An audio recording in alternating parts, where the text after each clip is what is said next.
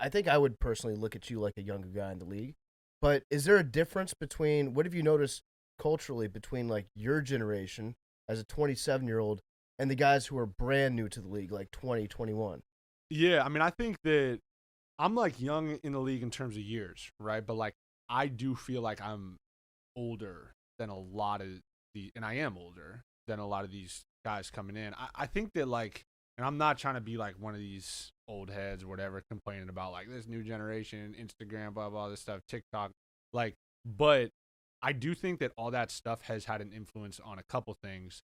One is play style, if we want to talk like on the court. Like, I do think that younger players, there is like this excitement around that clippable moment, right? Like a crossover, a dunk, whatever it is.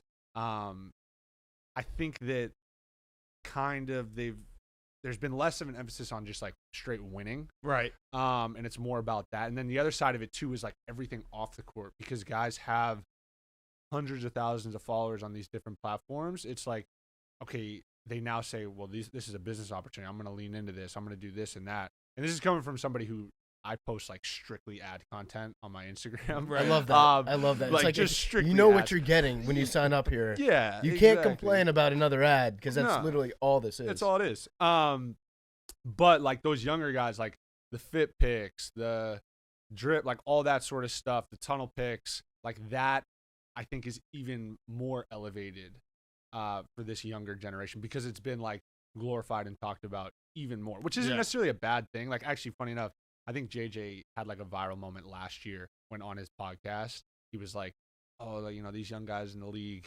care more about getting a fit pick off on IG than they do about winning. I'm not going as far as that. There are really good young players in the league that care a lot about winning, but I do think that culture is like more privy and pushed towards that type. Because they grew up with that in their environment all the time. Like you're probably of the age where you saw the change occurring. For sure. But kids that are coming into the league right now, that's all that they've known. So that's the world that they're in, that we built for them. It's always funny when old people complain about younger generation. They're like, look at these kids. They're just interacting with the world that we made them live in the entire time. Right. That's a good point. I always think that like, and this is something I stole, it's not an original thought, but like social media is the market's response to a group of people that just want to perform all the time and want to have them feel like they're the center of the universe and it's their world and everyone else gets to like view and spectate.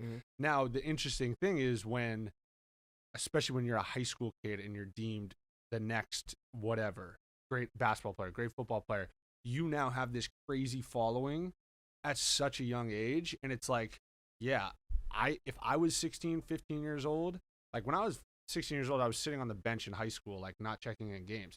These dudes are like already anointed first round picks. It's like, how are you supposed to, as a kid, like deal with that? That's a lot coming at you. I always, if like we meet a bunch of different athletes, and any athlete that has been famous, like known since they were 17, 18 years old, I'm always like, I don't begrudge them for being a little different. Because like, how could you possibly be just a regular person when you've been in a fishbowl at like your most formative years of life? So it's anyone who's been famous for that long. It's like, dude, you get a break from me. I think there's a trust issue there too, where if you become famous at a young age, then you spend your entire life not knowing why people are getting close to you, why people are friends with you.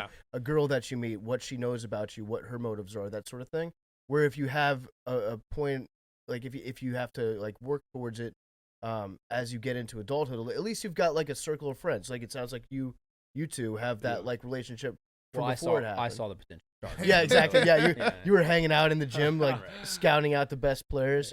All right, I'm gonna buy this guy lunch this afternoon. We're gonna McDonald's on me. I think you absolutely make a good point in terms of when it comes later. I think you're able to have perspective over how fickle it is and how like ridiculous looking it is. Like, okay, now all these people want to take a picture, want to do whatever, just because whatever. In my sense, I can put a ball in a basket.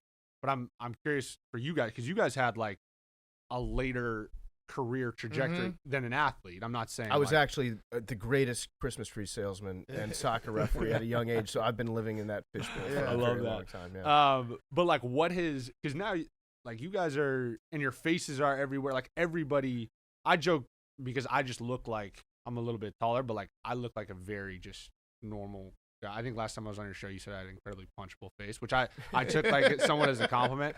But like for you guys are incredibly, like everyone knows you have the big bust. Like everyone knows when you're coming into a place. How has that changed like your perspective on? Well, it's been like it's been a slow evolution, so we didn't have to deal with the.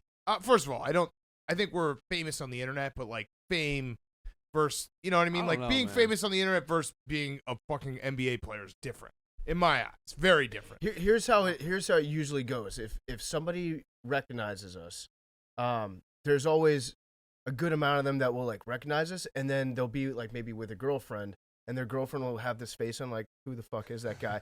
Then the guy will turn to the girlfriend, and you'll see him explain to her who we are, and then she'll get even more disappointed. She'll be like, oh God, and roll her eyes. Oh, the guys I listen to while I'm showering? Yeah, God damn it. Exactly. Yeah, that's kind of hot though, the way that you put it. Right. No, I don't bonk. No, you don't bonk.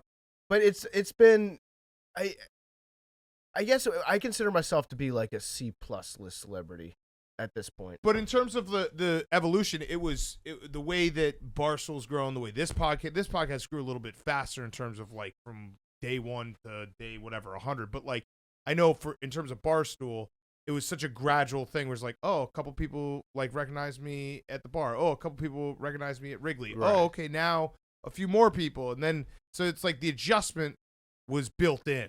Yeah. Where like I don't understand people who go from like they're in a movie one day and now they're a superstar. That is or they have a hit song. That I don't know how they would deal with.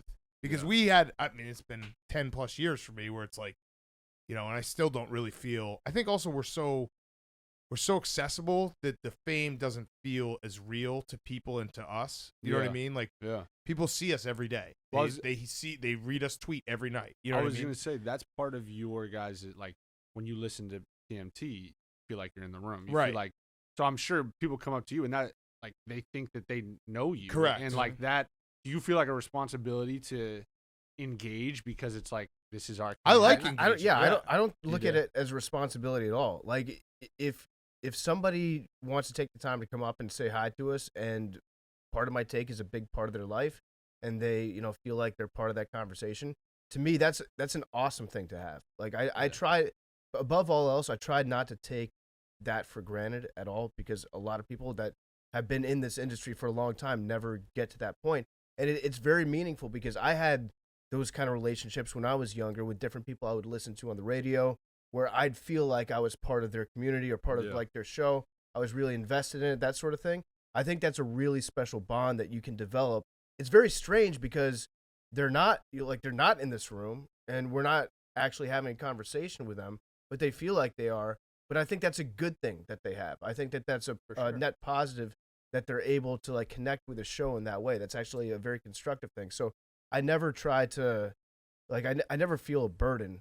Now there was like a few people at the Super Bowl in LA that would come up and they'd do the thing where they'd put their arm around you to take the picture before they'd even say hi. Yeah. And they'd like come from behind. So I didn't even see him coming. And I was just getting like roped around the waist, and I'd turn around, there's a camera there. It's like, hey, like you can ask if we can take a picture first. That's dialogue. That's cool. It's only the only two times that I get like, I don't get upset. I'm just like, hey, I'm doing it's if I'm with my family or if I just lost a bet and you know that I lost that bet and you're coming over to talk shit. Then I'm like, fuck you, dude. So that's interesting because like we, outside of every game or even when we go into hotels, right, there's always people outside asking for autographs. And it's not necessarily, definitely not for me. It's mostly for like Jimmy or Bam or whatever. But like particularly after we lose, obviously, or if I don't play well, it's like I have to fight. And I'm not always going to like sign stuff or say what's up or whatever.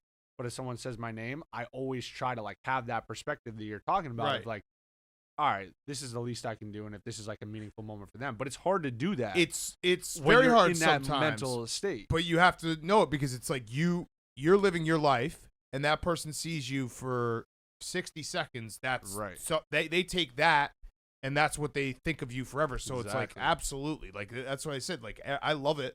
It's also very cool to be like, oh shit, it resonates because when you see people and they recognize you, it's like, oh, like people are listening. It's the tangible thing offline where you're like, yeah, this actually People like us. This is cool. We've had a couple moments in Miami where actually Davis gets recognized. Yes, let's Nice. go, As Davis. as the co-host of the Long Shot, and it was like, I think it was actually All-Star break last year.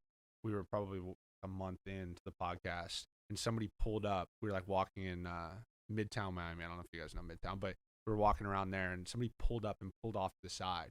Is that Davis Reed of the Long Shot podcast? Oh, that's awesome. And I was just like, it's all worth it. Yeah. You know what I mean? Yeah. Like, It happens so infrequently that it's still awesome. Every Yeah. time, you know? It's like, going to I'm not happen a lot even- more now. Yeah. Actually, people are going to hear this and be like, you know That's what what? I'm saying. Yeah. There are probably people walking around Miami all the time be like, yo, was that Davis? I'm not sure. Yeah. It kind of looks like him. Fuck, is that I DR? think I've seen him wearing that hat before. Is that the D-man? Yeah, it's definitely